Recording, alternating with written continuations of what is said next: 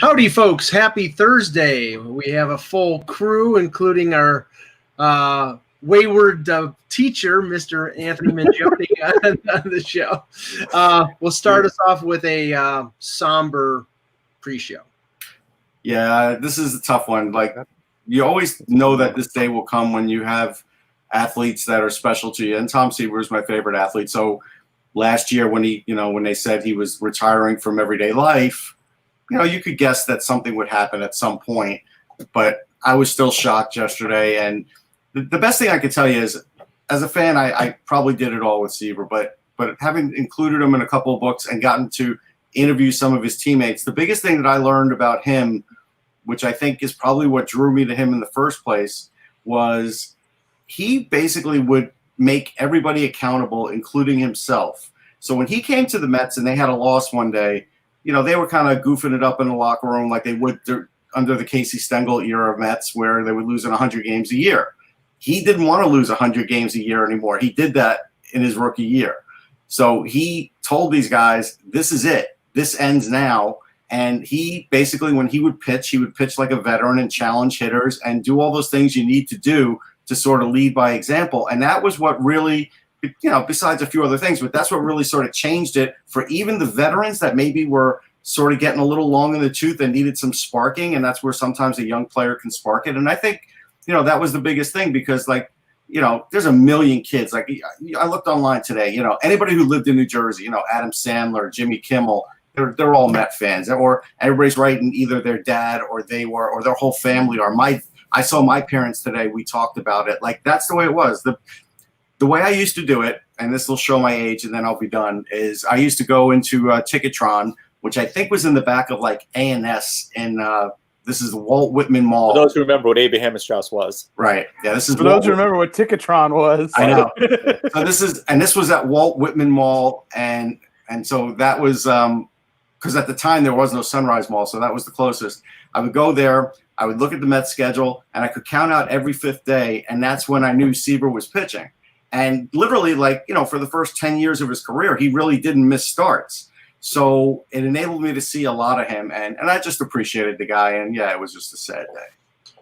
Yeah, I mean, let's just say this. I mean, I saw Seaver pitch as a young kid, and I saw him.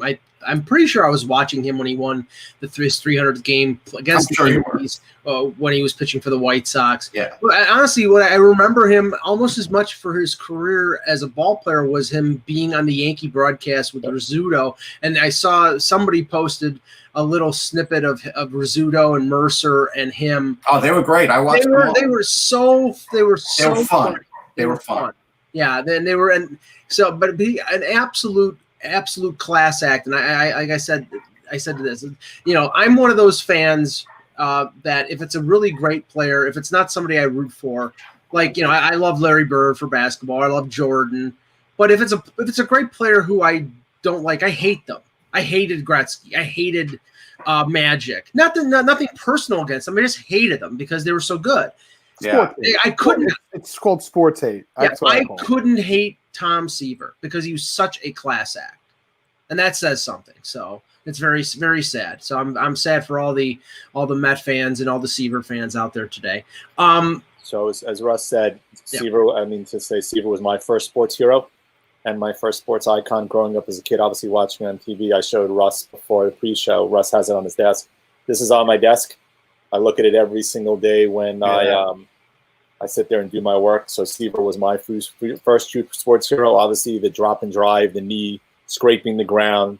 And as I said, what he brought to the team was professionalism, right? You talked about being a Marine and how he connected with Gil Hodges when he took over, and he instilled that kind of mentality that second place wasn't good enough, 500 clearly wasn't good enough. Don't celebrate the little wins.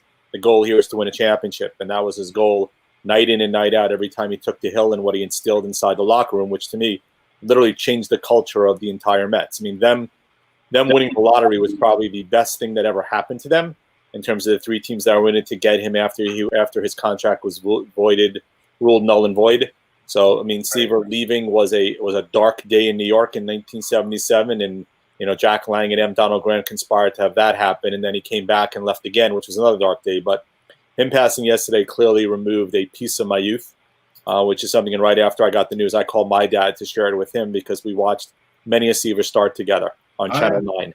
Yeah, see, Anthony, the Phillies could have had Seaver. They were part of that I lottery. know. It was a story. I actually was not aware of that until I saw, I believe, who made the comment? Kevin Cooney? I'm trying to remember. Yeah. But I remember somebody said last time, I'm like, I wasn't aware of that. It was them, the Reds, and the Mets, right? Yeah. Indians. No, the Indians. Oh, the Indians. He signed by the Braves and then was ruled because USC had started playing already that they had to, his contract was null and void, so he got thrown into a 3-team lottery.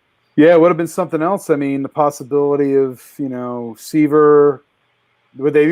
Here's the thing: Would they traded for Carlton? Probably exactly. Would the Phillies have ever traded for Carlton? No. And that's in some ways you think that maybe that was a motivating factor for. Well, it would have been Seaver and Rick Wise. That would have been. Yeah, I was gonna say, God knows the Cardinals could have avoided having Rick Wise. Jesus Christ. Just one thing before we start, because you mentioned Ticketron. Yeah. It's people don't realize, the youth that are watching today don't realize what we had to go through to get tickets. And I'll just give you this. In 1982, when I was a freshman, 83, excuse me, I was a sophomore in high school, and Genesis was coming to Buffalo. We had to wait out in December in a parking lot for 12 hours in 10-degree temperatures and check in with some guy in a van in the parking lot for our number. That's what I did for Jets Bills. Yeah, but that sounds to me like a typical thing you do in Buffalo. No. I did that. I did that too. I was studying for a final, and that's what I did for Jets Bills in 1980, and I had seats in the end zone, but I was studying for a final. I was in my car. We would run around the parking lot for heat. And I was doing the same thing just to get tickets for that game. I did it. I did it in '88 for Springsteen and did it all nighter. We did it all nighter by MSG. Yeah, I had to do. I took the bus into the city. I walked to the parking lot. I was there from 12 midnight to 8 o'clock in the morning. They lined us up. I'm surprised I didn't have frostbite or whatever. And in the end, I got decent seats, but nothing like that you would think that you'd get for. And by the way, the company that was the promoter for that concert was Harvey and Corky Productions. Harvey being Harvey Weinstein. Oh, nice. Yeah. All right, good time to start the show. Okay. Actually, I had one more little sidebar. I have to scrub those tickets now. One more little sidebar. I'm going to be very happy when the NFL season starts because the amount of garbage press that we are seeing with Tom Brady and the Tampa Bay Buccaneers is about as much as I could stand. Now, what's interesting about it is I go back to the Kansas City Chiefs and Joe Montana, right? Now, Montana was 37 when he was on the Chiefs, and what's Brady, 43? Yep. I think Montana had a little bit more left than Brady does. So, every day now, it's well, look, the Bucs signed this. He was young. He was young. He was younger. He's 37. But I'm just saying. Two playoff appearances and I think a AFC championship against the Bills. I don't know if he was good this rosy. Again, as a Niner fan, I remember him leaving and just the impact on the organization with Young still remaining. I don't know if it will be this rosy this go around. But what's going to be interesting with them is going to be, again, you got a tough NFC. Again, this is not the AFC East. No. From a few years back. And I think, if Brady's under the impression that this is going to be a walk in the park to the NFC South. I know. He hasn't paid close enough attention. That division could be a buzzsaw. A note from Timothy Park here. Everyone should look at Mike Agello from a show 5 years ago and then look at him today. There's a big difference. Yes, I am much more handsome now. He's svelte. He's just look at it. I have lost some weight since then. So, all right, let's get started. All right, let's do it. You mean Leonard Fournette's not the difference maker, Russ? No, he's not. He'll be a good first down guy and a good touchdown guy. That's it. By the way, how about you like Mohamed Sanu traded for a second-round pick and then cut the next year? Yep. Listen, I think the whole Belichick year is over. We'll see if he does anything. I don't expect. He's doing Subway ads now. He knows this time. I know. He knows his time is up. Exactly. He's catching now. He's cashing in. He's cashing in on the legacy. Hello, Hockey World. Today is Thursday, September 3rd, 2020. I'm Jan Levine. I'm Anthony Mangione from Multipost Radio. Russ Cohen, Sportsology. And I'm Michael Agello, and this is the Hockey Buzzcast here on HockeyBuzz.com. All right, let's start with the game last night because I said this, Russ, before Game 6, that if Dallas lost and played like they did in Game 5, that I think they were done in this series. And I have to say, I'm puzzled by the Dallas Stars because, and I'm not taking anything away from the Colorado Avalanche, because in spite of a ton of injuries, they've really stepped up their play in the last 2 games, and they've played very well. McKinnon is probably the best player in the playoffs right now, with obviously, I think he has 24 points now. But Dallas came out in Game 4 and ran over the Avalanche, like bull rushed them in the first period, completely dominated. They let them back in the game, but they eventually won that game 5-4. But they had the winning formula. You jump on at defense without Eric Johnson there. With they had Connaughton in that game. And I think they took complete advantage. They scored power play goals. They drew penalties. They had some gaps in that game, but they fairly dominated most of it. Game 5, they mailed it in completely. They showed no effort. And in Game 6 last night, they took the first 5 penalties. They gave Colorado 5 man advantages. Now they killed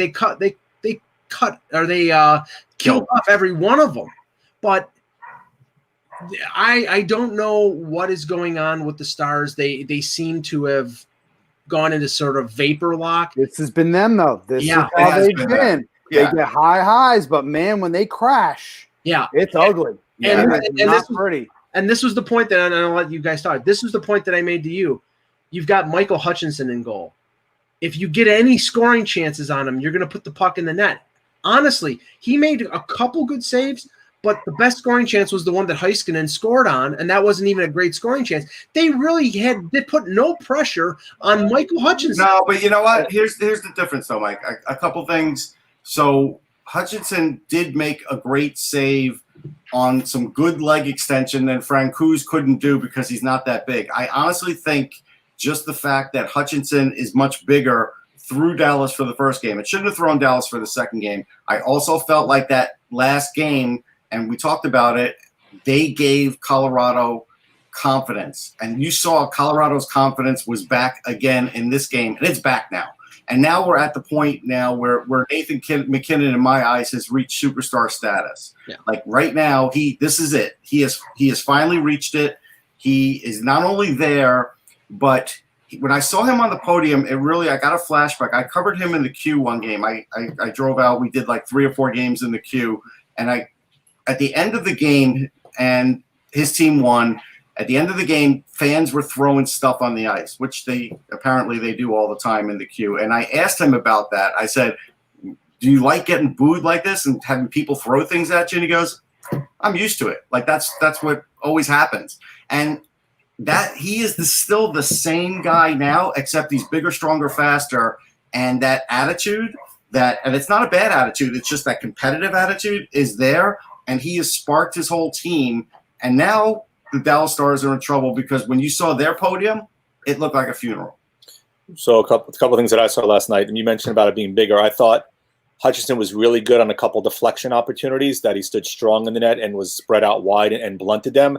Save he made short side with his glove was a really nice save also. Dallas was down 3-1 trying to make a shot to make it come back. As you mentioned, McKinnon, the saucer pass over to Ratinen, but Ratinen's finish of that, going down to the knee and getting a puck that was knuckling and being able to lift it up in one motion. Oh, yeah, that was great. Over Hudobin, who I think was not particularly great. No. And then I thought Cale Makar was just a beast again last night. The guy was literally all over the place. I mean, Bednar's spoken about just, nothing he does surprises him anymore in terms of just how good he is. I mean, the key part is the good part is Gabriel Landeskog is not major league hurt. It looks like he'll probably play. Well, we don't know about Timmins, but again, not sure. But Colorado, we'll see what happens with all the guys that they have injured. That's going to be interesting to kind of see who is and is not available for Game 7, then who's also in the lineup that is potentially available. Well, Anthony, I know that Landeskog was cut with a skate. There was Makar in the second period. He came back and he played one shift of 16 seconds and then didn't play for the rest of the period. And that was when the game was, I think it was 3-1. So maybe they said, well, better safe than sorry, but also, I mean, I don't know. It's probably a 50-50 proposition or less for Landeskog. I mean, it's pure guesswork, but we don't know what's going on. And Timmins got hurt as well. So, I mean, right now, the way it's going, the Dallas Stars are going to play the Colorado Eagles. I think Timmins has a concussion. That's what I think he has. This is where the Avs, we talked about the level of depth that they have and the reserves that it's tough to lose top guys, obviously, like a Landeskog. Timmins, I think, is going to be a contributor, certainly sooner rather than later. This is kind of the test of their gumption now in terms of they are opportunistic. Again, if you give them any kind of opportunity, especially now, even just a little bit of a sniff, they're taking it. And Dallas has nobody to blame but themselves for the fact that they're in this predicament right now.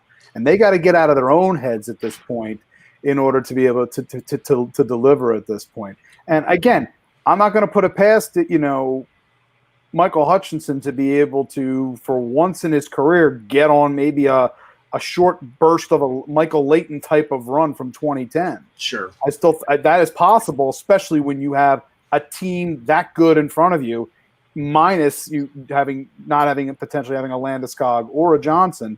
What McCarr did was remarkable, I thought, because he had one of the biggest bungles you'll see puck handling wise and ended up in the net in a previous game. Yep. He's done nothing but kick in after that. It's very obvious he has used that as fuel. As much as we talk about McKinnon on the front end being a superstar, Cale Makar is an absolute stud on that back end.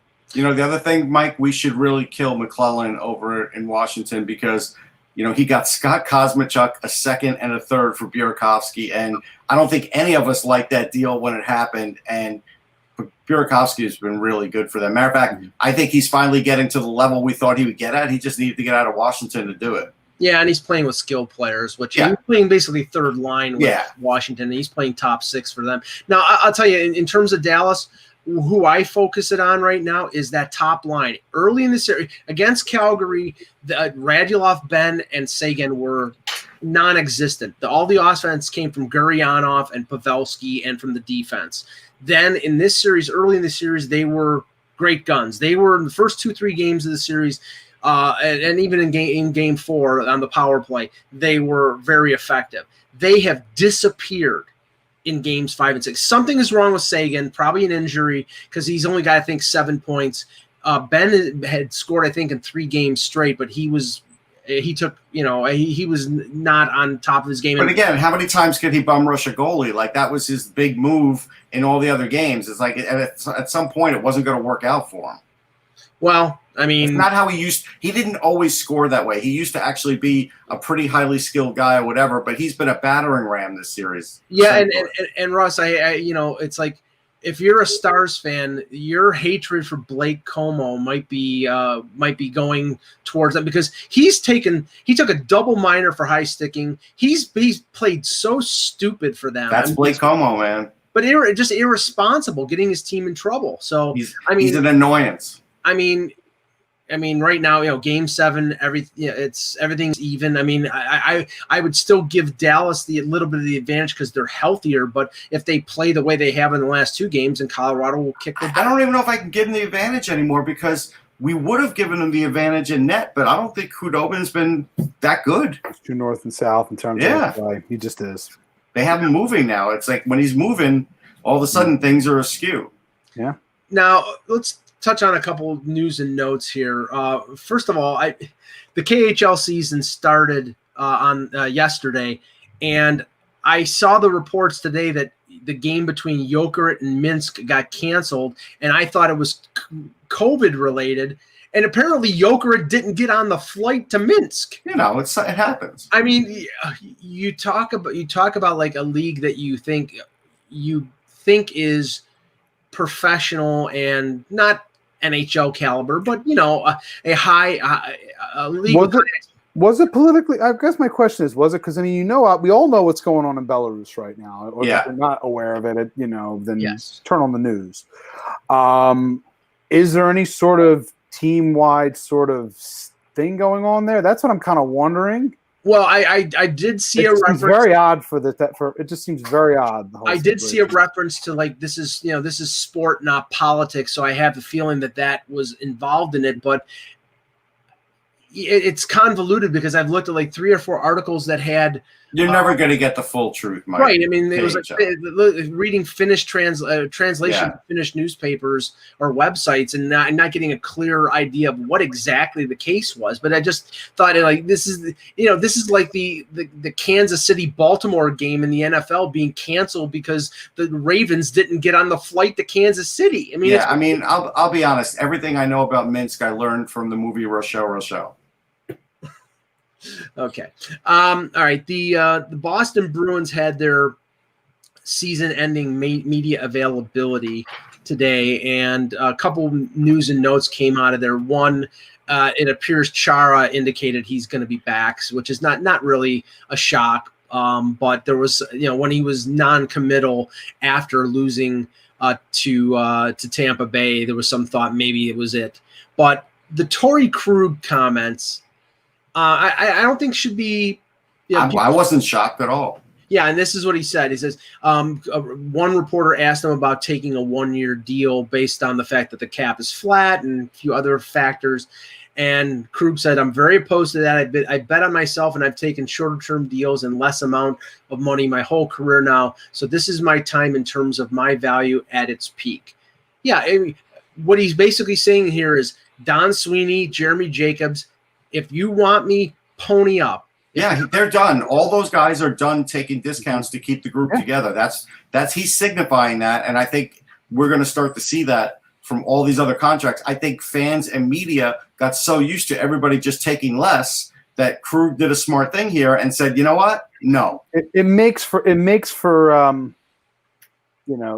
when you have all those, news report, whenever you're watching, NBC broadcast, and everybody talks about, the tight culture of the Boston Bruins. Right. You can do that. You can only stretch that out for so long before players begin to say, "Hey, I want my worth." In many ways, it kind of reminds me of, to draw a comparison with with Liverpool in England, because everybody always talks about it. Their three forwards always, being so tight together. After a while, though, if you want to be the guy, you do. I think you want the opportunity to be an important cog. The question is, for Krug, where's that opportunity lie? And that's what I'm going to be curious to see. Well, I think there'll be a lot of suitors for him. I think part of it is you have to wonder, given the way it ended, does this drive a little bit, right? So let's say they had made another run. Would there be more of an appetite to stay together as opposed to now maybe the recognition of, there are cracks in the armor. Maybe we're not as good as we thought we were, and they don't think they're going to get to that next stage again. And Krug, I didn't think Krug was taking a discount to stay around anyway, right? He kind of did initially a little beforehand. Yeah. He's going to have a ton of suitors out there. Now, granted, we talked before, I didn't realize it was just a year younger than Pietrangelo, which, makes a difference. But at 29, guy who was a power play captain, plays bigger than his size, offensive defenseman, able to move the puck. I do think that there's going to be a lot of suitors, and we've talked about Detroit and other names. He's not going to be shy in terms of guys who are interested in him, especially as maybe the second best free agent defenseman out on the marketplace. Well, I mean, and this is, because obviously one of the main focuses of the Leafs is the fact that they're paying $40 million to their top 4 players. I mean, that's been the big advantage for the Bruins, is the fact that, okay, their top 4 forwards, Krejci, 7.25, Bergeron, Pasternak, and Marchand in the 6s, totals about $27 million. They're paying a top 4, which is more experienced, more veteran, but better than the Leafs are right now, and they're paying them $13 million less. And if you look at the top 4 for Tampa Bay, I think it's under $30 million, and that's the advantage that the Bruins have had over the last few years. Yeah, but they're all going to cash in now, right? But this might be the signal that is over with. Now the thing is, they've got Pasternak for 3 more years, Marchand's for 5 more years, Bergeron for 2 more years. So they've got those locked in, but that advantage might be over with. And everybody, Bergeron may end up getting one more good contract. He might.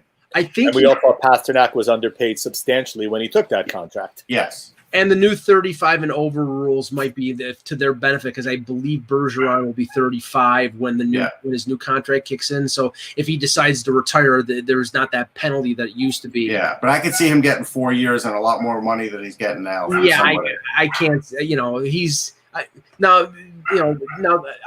The other question with the Bruins is the Rask situation, and that feeds into the whole thing with the goaltenders right now. And I mean, we could go and do an entire show based on all the goaltenders that are available and every machination that's going on out there. But Anthony, I don't know where the Bruins go here. I mean, there's definitely a fan backlash and slightly a media backlash on Rask, which I think is undeserved because obviously, he didn't leave the team. It was a family situation.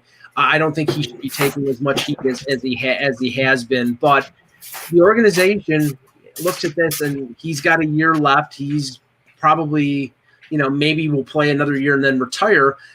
They might be in the same situation as a team like Toronto with a goaltender with a year left looking to plot their future for what is going to be in net. Yeah, and considering the fact while the playoffs were still going on, they signed a Dan Vladar, I believe, to a contract as well. So the Bruins already seem – I mean, he was already an RFA to begin with, but to me, it almost seems like the Bruins are very much preparing for life without Tuukka Rask. It just – they can say all the right things, but I really have my concerns that I do think Rask may have played his last game in Boston.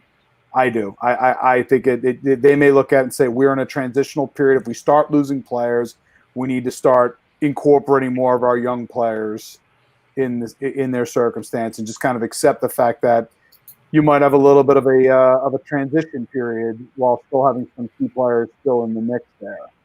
So that's kind of where I look at it there. That I think there's a decent chance that Rask may be looking for, maybe in the process of, they may be looking to move him. I mean, Halak said he's expecting to play with him next year and have the same tandem. I think it's probably going to play out that way too. I really do. I don't think Rask will do anything. He has one more year, right? Yeah, one more year, $7 million, and then I think he'll. But you got a chance to cash here. That's the thing. This may be a possibility for Boston. Well, I think he'll go one more year with Boston, and he'll get another contract if he wants to continue in the NHL. He will. Yeah, I mean, there's been a lot of talk about him retiring. Right, and he might. Jan, just to go around the goaltending thing because there's just a lot of talk about goaltending for the upcoming free agency and the off season. This sort of puts the Rangers in an odd position. I know that they don't have to protect Shesterkin, and so they protect Georgiev. But if there was an aim to trade Lundqvist, the market being so flooded, I don't know if it lends itself to him being traded. I mean, you know what I'm saying? It's that there's just. I wrote that on my blog yesterday. I mean, that's right. So if you think about it, right, if perchance Rask does retire. And Lundqvist wants to stay on the East Coast, and Eck has made a point saying he wants to obviously be in the New York area.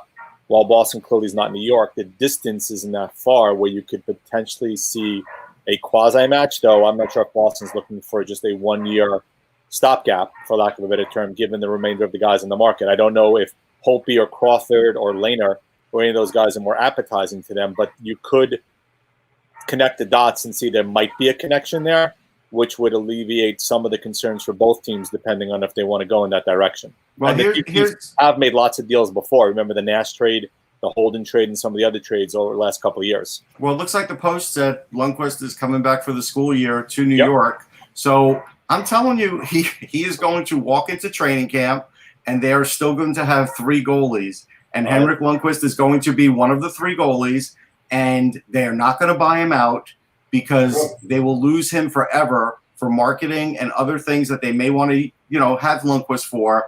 He is holding some power here. He really is, because at the end of the day, Jeff Gordon is not going to go out of his way to screw Henrik Lundqvist. If anything, if Lundqvist decides, hey, I'm just going to ride it out, then that's exactly what they're going to do. They're going to do what they did last year, and they will ride it out.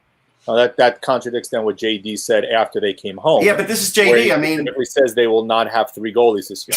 Okay, JD is not the GM. Comment, but that's fine. But he's not the GM either.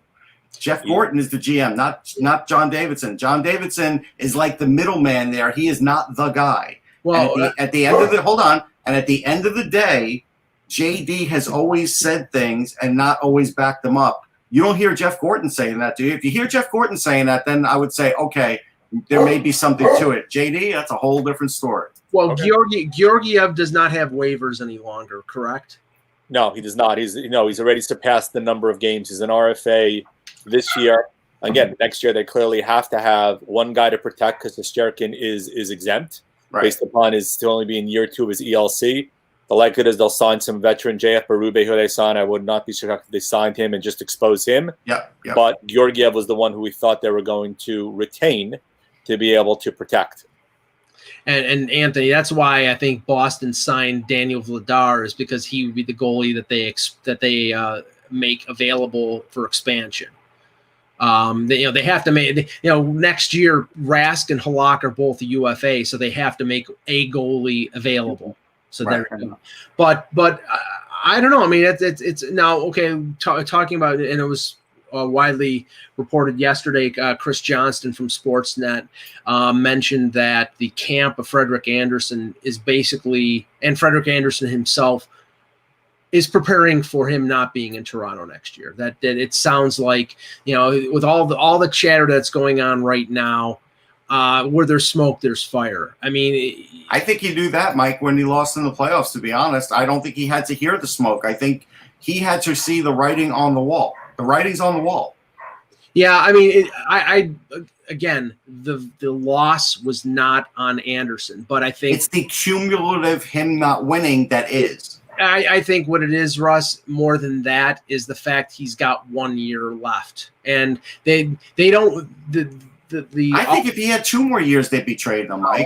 I don't, because honestly, because the market right now is so full of goaltenders. This is their opportunity to trade Andersen, get something back from a team out there who's looking for a starter. I mean, there are a number of teams, and he's a durable and a quality goaltender. But then they have all these options in free agency and all these options in the trade market. And if they can get one of those options to take around what Andersen is making and have it for multiple years, then they have their goalie going forward. He's a quality regular season goalie. That's what he is. That's what he is. And that's what the Leafs are tired of it. They are. I don't care what they're tired of. I cannot judge Frederik Andersen based on the fact that the Leafs defense over the last 4 years has sucked. And I get it, but you know what? He didn't steal any games either. Right. Well, go ahead. Chicken, meat, egg. Right. Chicken, meat, egg. Right. It's all symbiotic. Yeah. Their defense hasn't been good for a long time. We know that. Yeah. Some talent. Definitely some talent. Riley, love him. The rest of that blue line is Muzzin is pretty decent. Muzzin, but again, imported player. They've got. I mean, there's a few guys in the pipeline. Sandine, obviously. There's guys in the pipeline there. It's just the way they're structured. It's just there's a lot of forward depth, but not quite enough. Appropriate forward depth, I think, in this case. And they don't bite back on plays. Their team defense doesn't bite back well enough. And it doesn't help Andersen at all. That being said, I can also look at the other side of this and say that you need if you need momentum stops, Freddie Andersen hasn't been fantastic in terms of momentum stops where he could turn a game. Right. So I can see it from both ends here. Yeah. I think this is not a commentary on the quality of Andersen, but it's a commentary on the future of the Leafs and the fact that they want to lock down their future in goal, and it probably won't be Andersen. And that if it's Andersen, they probably let him play out a year and let him walk in free agency, and that makes no sense if you can get assets for him with a year left and then turn around and sign a goaltender and maybe in your mind improve yourself in that. Now it depends on where they go. I mean, I look at the free agent goaltenders, and other than Leonard, and I don't think Leonard is a good fit in the big media market of Toronto. No, I agree with that. I don't know whether there is any upgrade on Andersen in free agency. The guy who I think is an upgrade, but it has his own issues in terms of durability, is Matt Murray. And I'm writing about this right now. There is a connection between Matt Murray and Kyle Dubas, and whenever Kyle Dubas makes a move, you have to look into the connections between these players. And, he feels comfortable with the players that he either had in the Sioux or that he knew from his days as being an agent. Kyle Clifford, he was his agent. Jake Muzzin, he had in the Sioux. Matt Murray, he had for 4 years in the Sioux, and as well, he tried to get Matt Murray as the player, the main young player in the Kessel deal. Rutherford would not give him up, and they took Kasperi Kapanen instead. So I think they've wanted Matt Murray for years, and coming off the year that he had, I think this is their best opportunity to get him. Now, Frank Cervalli reported that there are as many 6 teams that are in on Murray. I can understand that because coming off his worst year, this is an opportunity to get a goalie that's won 2 Stanley Cups to, maybe take a deal in the neighborhood of $5.5 million. But I mean, there's some issues with Murray. And that's the thing. There's some issues. Well, yeah, there's definitely some issues. But let me backtrack to something. So you're telling me you think Freddie Anderson's better than Jacob Markstrom? Yeah. Freddie Anderson's never had close to a Vezina year. No, yes. I'm sorry, Mike. Not at this moment in time. Okay, no. You can believe what you believe. I'll believe the truth. No, you'll believe what you perceive to be the truth, not necessarily. Yeah, no, Mike, I can't go number 3 to 1 here. So in the Eck parlance, you lose.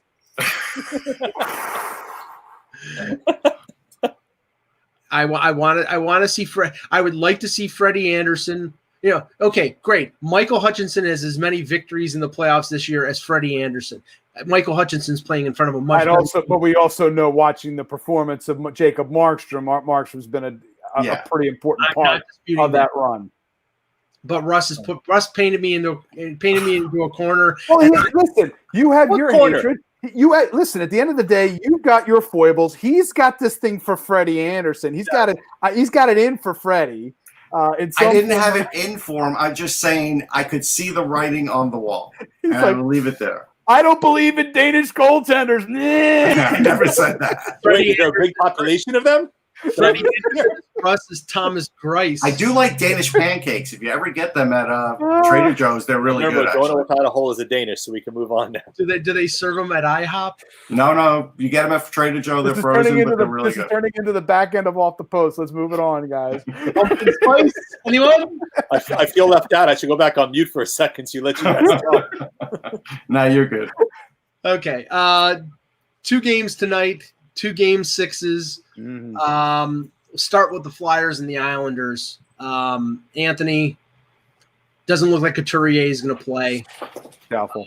Based on the lineups that they used in practice yesterday, I believe it was Connor Bunneman stepped in on a 4th line role, and they moved. Some of that came out. Was that the tweet that was debunked? Oh, was that the fake tweet? That was the fake. I wouldn't use any of that line stuff. That was the one I was having fun with. Yeah, poor Jordan Hall from NBC Sports. Yeah. Great guy. He is a great guy. You've been but he got copy. Somebody got him, and it just that stunk for Jordan. But I guess if you're going to arrive, it's when you get a fake account. Right. When someone fake accounts you.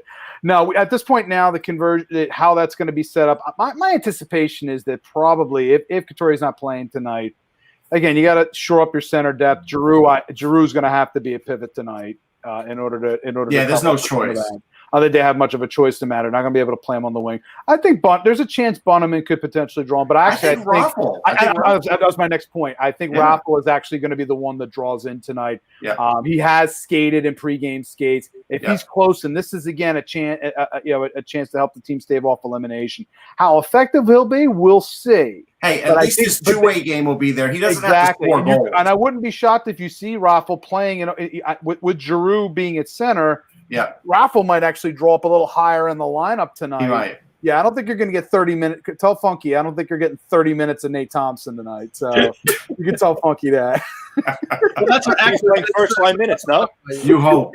You hope. That's what Russ thought the other day until I said, you know Couturier went out. There's a reason why those minutes went out. Well, but he still was beating other guys too. Oh, stop. Yeah, and Nate Thompson was. Nate Thompson was almost 70% on faceoffs. So that was what I was saying was they got him out there for faceoffs, and then they couldn't get him off the friggin' That's the problem. He just can't drive play. He just cannot drive play. He's a very specific thing, and we all know Elaine has certain specific things from his Ranger days. No. I mean, like putting the worst defensive pair on late in the game that shouldn't be on, the fourth line after a goal scored, making the same mistakes over and over again and never learning. Listen, he knows how to keep going in the shell with a 3-1 lead in the third period late in the game.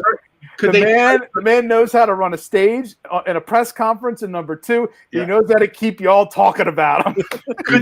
Could they trade for Tanner Glass in between? Oh God, he would do it.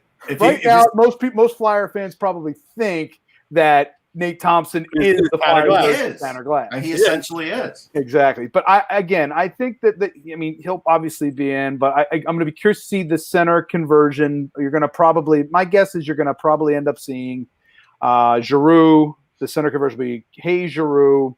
Lawton will have to stay at pivot, and then obviously Thompson.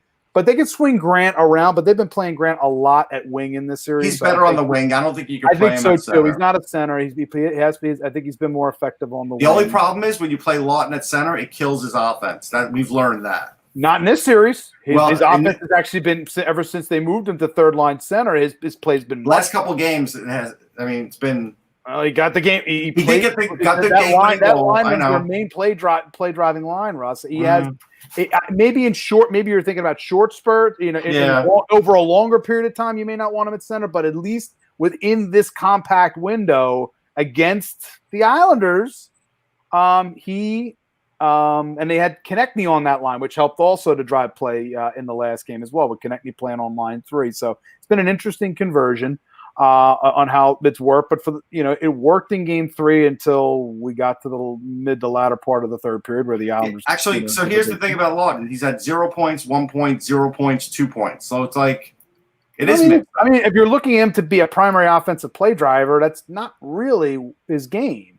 He's at best a 30 to 40 point. No, I know, but they need. Look, you haven't been able to count on. You need your top guys. You need your top guys to. You need score. somebody to come out of the woodwork here. But you need also your top guys to score, and the problem is now you've lost Sean Couturier. Bravo! What the heck was that? I don't even want to say. Okay, sorry, I don't know what that was. It sounded like a farm. I don't know. It sounded like a guy from elsewhere. I'm not sure where he's from. Okay, on the other side, apparently Matthew Barzal is a game time. I think he's going to play. Which means he plays. He'll play. Yeah. Other than that, they're probably obviously going to stick with Varlamov. And do you think there are any other changes for the Flyers? Gostisbehere? No, I don't think. No, they're not going to. Even with that, Haig being out there for that. It was such a ridiculously good pass from Clutterbuck, which you just don't expect for that tying goal.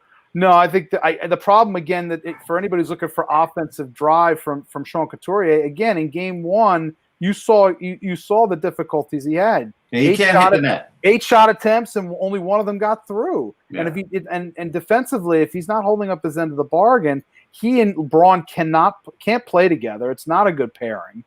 I think. There's with obviously the changes with injuries and who's going to draw in. It's just a matter. I don't think defensively they're going to change at all. They're going to keep their blue line probably as is. I will tell you the most disappointing thing though is that it seems pretty clear we're not going to see Morgan Frost. And you know what? If the Flyers do get eliminated, that will be something to hang on AV because no, hold on, it is because you kind of need to know where he's at going into next year because Nolan Patrick's a question mark for next year too. You're going to find that out when you get into the early part of next season. So that's when you're going to find out. If they haven't trusted Morgan Frost yet, and they feels like he wants to, in this kind of a series, he doesn't want to drop him in the deep end of the pool just yet. Don't get me wrong. In the regular season, yes, Morgan Frost had a good start, but he also began to struggle physically. I know, but we're talking about one game. They could literally just drop his minutes if he's not. I think if there's another potential injury at the forward position, maybe. Say if they manage to squeeze out game, they squeeze out game 6, but they have another, injury at the forward position. But dropping him into a game 7, it's just I don't think they're going to go Frost yet. I just don't. I think they need at least a couple I don't think they are either. But I'm saying more injuries before AV's forced into doing it. Yeah.